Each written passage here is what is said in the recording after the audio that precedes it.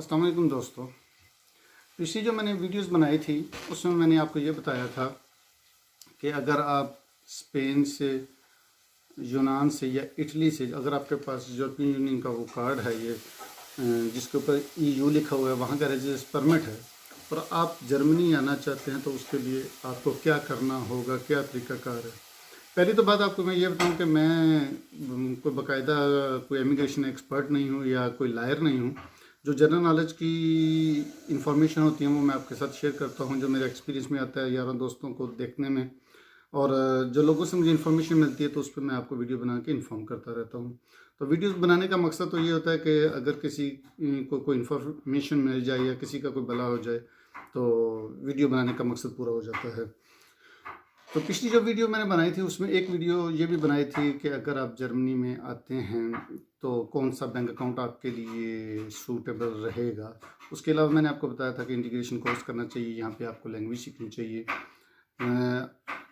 कुछ दोस्तों ने मुझसे सवाल ऐसे किए कि आप ये बताएं कि जर्मनी में पहली तो बात है कि सैलरीज कितनी हैं, और दूसरा उन्होंने ये सवाल किया दोस्तों ने कि जर्मनी में जो लोग नए आते हैं उनको किन किन मुश्किलात का सामना करना पड़ता है। पहले मैं आपको ये बता देता हूँ कि काम के हवाले से बता देता हूँ, उसके बाद मैं आपको वो प्रॉब्लम बता देता हूँ जो नए लोगों को इधर पेश आती हैं। पहले ये अगर आपके पास ड्राइविंग लाइसेंस है तो आपको दो काम मिल सकते हैं। एक तो मुख्तलिफ कोरियर कंपनी में जॉब मिल जाती है, और दूसरा आप पिज़्ज़ा डिलीवरी की जॉब मिल जाती है। जो पिज़्ज़ा डिलीवरी की जॉब होती है वो ज़्यादातर अपने देसी बंदों के पास मिलती है, और देसी से मुराद पाकिस्तानी, इंडियन या बंगाली या नेपाल के कुछ लोग या अफ़गानी वगैरह, उनके पास आपको जॉब मिल जाती है। वो पिज़्ज़ा डिलीवरी की जॉब होती है और उसमें तकरीबन जो एवरेज सैलरी है वो 1000 यूरो होती है। उसके अलावा टिप वगैरह भी बन जाती है, तो उसमें ठीक गुजारा हो जाता है। खाना पीना जो है रेस्टोरेंट की तरफ से होता है। दूसरा काम जो है वो होता है डिलीवरी ड्राइवर का कोरियर्स कंपनीज के पास, जो जर्मन कंपनी होती हैं, तो वहाँ पे काम मिल जाता है। और 1600 यूरो तकरीबन वहाँ की जो है एवरेज सैलरी होती है। 1600 यूरो वहाँ से आपको मिलते हैं।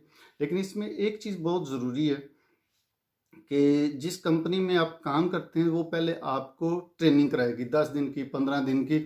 तो वो ट्रेनिंग जो है वो ड्राइवर हजरात के लिए जो ये काम करना चाहते हैं उनके लिए ज़रूरी है कि वो ट्रेनिंग ज़रूर करें। अगर आप ट्रेनिंग नहीं करेंगे और आप काम पे चले जाएंगे तो आपको काफ़ी परेशानी का सामना करना पड़ेगा, और एक वक्त आएगा आप बोलेंगे कि ये मेरे बस की बात नहीं, और लोग काम छोड़कर भाग जाते हैं। और बहुत से ऐसे लोग हैं जो यहाँ पर जर्मनी में स्पेन से आए, इटली से आए या यूनान से आए, तो शुरू शुरू में वो ये सोचते हैं कि हम जर्मनी जाएंगे, बड़ी अच्छी लाइफ हो जाएगी। ऐसे लोग जो रेजिडेंस परमिट के साथ, जिन जो यूरोपियन यूनियन का रेजिडेंस परमिट है उसके साथ यहाँ पर आते हैं, तो वो उन ममालिक में 5-5 साल, 8-8 साल या 10-10 साल गुजार कर फिर वो जर्मनी आते हैं। और ऐसे लोग जो यहाँ पर आते हैं, अगर कोई यूनान से आया है, कोई इटली से आया है, कोई स्पेन से आया है, तो वहाँ की लैंग्वेज उनको बहुत अच्छे तरीके से आती है। यानी लोगों के साथ वो ऑफिस में भी चले जाते थे हेल्प करने के लिए भी, दूसरों की ट्रांसलेशन करने के लिए भी। और लेकिन जब आप जर्मनी में आते हैं तो आप ज़ीरो हो जाते हैं, क्योंकि आपको जर्मन लैंग्वेज नहीं आती और आपको छोटे से छोटे काम के लिए भी किसी की हेल्प की ज़रूरत पड़ती है। और सबसे बड़ी परेशानी जो है वो आपको यहाँ पे लैंग्वेज की होती है, और लैंग्वेज की वजह से काफ़ी परेशानी का सामना करना पड़ता है। अगर किसी को कोई मौका मिले जो जर्मन में आना चाहता है तो उसको चाहिए कि एट लीस्ट 3 महीने का कोई लैंग्वेज कोर्स कर ले, ताकि यहाँ पर आके उसको किसी किस्म की परेशानी का कोई सामना नहीं करना पड़ेगा। इसके अलावा अगर कोई ऐसा शख्स जो पिज़्ज़ा मेकर है या कुक है, उसके लिए भी जर्मनी में काम उसको मिल जाता है, उसके लिए कोई परेशानी नहीं होती। और वही बात है कि काम अपने देसी आदमियों के पास ही मिलेगा, तो उनको ज़्यादातर ऐसे लोगों की ज़रूरत होती है जो पिज़्ज़ा मेकर होते हैं, पिज़्ज़ा मेकर हैं या कुक हैं। अगर ऐसे लोग जिनके पास किसी किस्म का कोई हुनर नहीं है, ऐसे लोग जिनके पास किसी किस्म का कोई हुनर नहीं है, कोई उनको काम नहीं आता और उनके पास ड्राइविंग लाइसेंस नहीं है, उनके लिए जर्मनी में काफ़ी मुश्किल आता है। क्योंकि उनको काम मिलेगा सफाई का या बर्तन धोने का या किचन में हेल्पिंग का, हेल्प करने का, जो कुक की हेल्प करते हैं या सफाई वगैरह करते हैं। लेकिन उसमें आपको 1 साल एक मालिक के पास गुजारना होगा और एक मालिक के पास ही आपको काम करना पड़ेगा। और उस 1 साल में ये होगा कि आपको अपना जो पूरा सब्र है वो दिखाना पड़ेगा, क्योंकि यहाँ पे कोई आदमी आपका लिहाज नहीं करेगा, आपको बात बात पे टोका जाएगा और बार बार आपकी इंसल्ट की जाएगी। यानी छोटी छोटी बातों पे कि यार आप अगर किसी ने आपको ये बोला है कि इस चीज़ का ये नाम है, इस चीज़ का ये नाम है और ये चीज़ इस जगह पे पड़ी हुई है, और अगर आपको नहीं पता चलेगा तो आपके लिए बड़ी परेशानी और मुश्किलात का सामना करना पड़ेगा। लेकिन वो परेशानी और मुश्किलात जो हैं वो आपको सिर्फ 1 साल में ही 1 साल होंगी।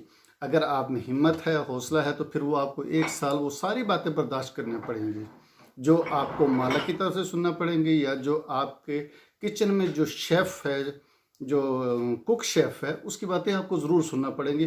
और 1 साल तक आपको ये बर्दाश्त करना पड़ेगा। 1 साल के बाद आप फ्री हो जाएंगे। उसके बाद आप जिस कंपनी में चाहेंगे आप जा सकते हैं, जॉब कर सकते हैं। लेकिन ये कभी भी ना करें कि जब आपका 1 साल यहाँ पे जर्मनी में पूरा हो जाता है, लीगल तौर पे आप काम करते हैं किसी एक मालिक के पास, तो ये ना करें कि बस आज मेरा 1 साल पूरा हो गया, आखिरी दिन और फौरी तौर पे काम छोड़कर भाग जाएं। उसमें भी आपको परेशानियों का सामना करना पड़ सकता है। कम से कम ये है कि एक ही मालिक के पास आप 13 महीने जॉब करें, उसके बाद आप जॉब ढूंढें।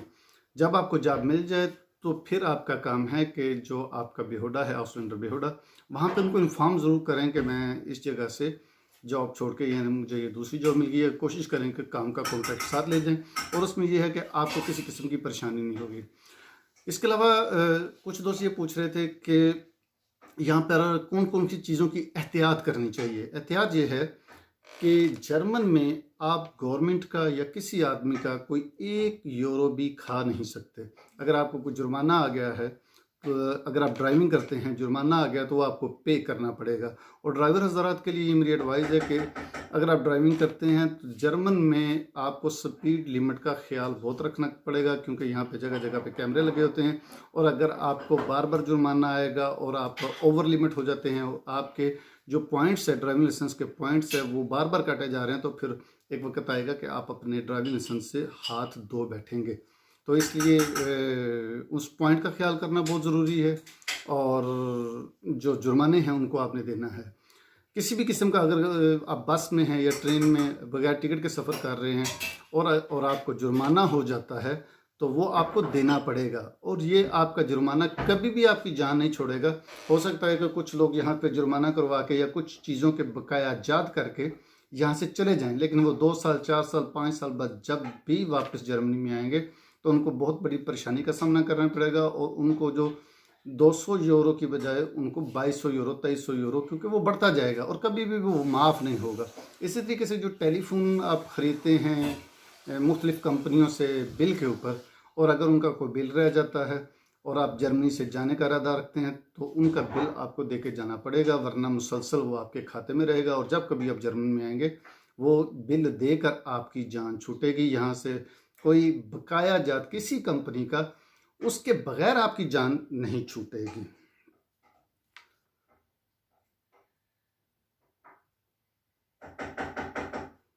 बहुत से लोग जो हैं वो जर्मनी में आते बड़े शौक से हैं और बगैर प्लानिंग के आते हैं। और चूँकि वो पीछे 5 साल, 8 साल, 10 साल किसी मुल्क में गुजार कर आए होते हैं और यहाँ पे उस रेजिडेंस परमिट की बिना पर यहाँ पे सेट होने की कोशिश करते हैं, तो लेकिन चूँकि यहाँ के माहौल से वो एडजस्ट नहीं कर पाते तो वो यहाँ से चले जाते हैं। ज़रूरी नहीं कि जो भी आदमी वहाँ से रेजिडेंस परमिट लेके आया है यूरोपियन यूनियन वाला, वो यहाँ पे आके परमानेंट सेट हो ही जाएगा। बहुत से लोग हैं जो आते तो बड़े शौक से हैं, लेकिन महीना, 2 महीने, 3 महीना गुजारने के बाद 6 महीने, अक्सर 7 महीने वाले लोग भी मैंने देखे हैं कि जो 7 महीने गुजार कर यहाँ से वापस चले जाते हैं। तो यहाँ पे लाइफ तो बहुत अच्छी है जर्मनी में। आपको यहाँ पे बहुत केयर की जाती है, यहाँ पे बहुत ख्याल किया जाता है और बंदे को जो है पर आवर के हिसाब से पैसे मिलते हैं।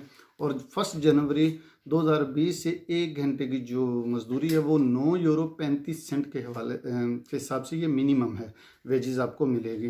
तो यहाँ पे सहूलतें भी बहुत हैं, बंदे की केयर की जाती है। अगर उसके पास जॉब नहीं है तो उसको जॉब सेंटर वाले पैसे भी देते हैं, घर का किराया भी देते हैं। और अगर ऐसा आदमी कोई जो हुनर सीखना चाहता है, ये हुनर भी सिखाते हैं, लैंग्वेज भी सिखाते हैं, बहुत केयर करते हैं, लेकिन उसके लिए ये आपको ध्यान रखना पड़ेगा, ज़हन में रखना पड़ेगा कि जब भी आप कभी यहाँ पर जर्मन मूव करने का आपका प्रोग्राम हो तो ये रास्ता मुश्किल है। पहला साल आपको गुजारना पड़ेगा लीगल तौर पे, जो आप जहाँ पे गुजारेंगे तो वो पहले साल में आपको मुश्किलात होंगी। उसके बाद आहिस्ता आहिस्ता आपको लोगों के साथ वाकफियत हो जाएगी, आपको लैंग्वेज की समझ आना शुरू हो जाएगी, तो आपके लिए आसानी पैदा होनी शुरू हो जाएगी। अल्लाह ताला हम सब का हामी नासर हो, हम सब के लिए आसानियाँ पैदा फरमाए और हर बंदे को रिज़्क़ हलाल अता फरमाए। सब के लिए दुआ गो हूँ, इजाज़त चाहता हूँ। अल्लाह हाफ़िज़।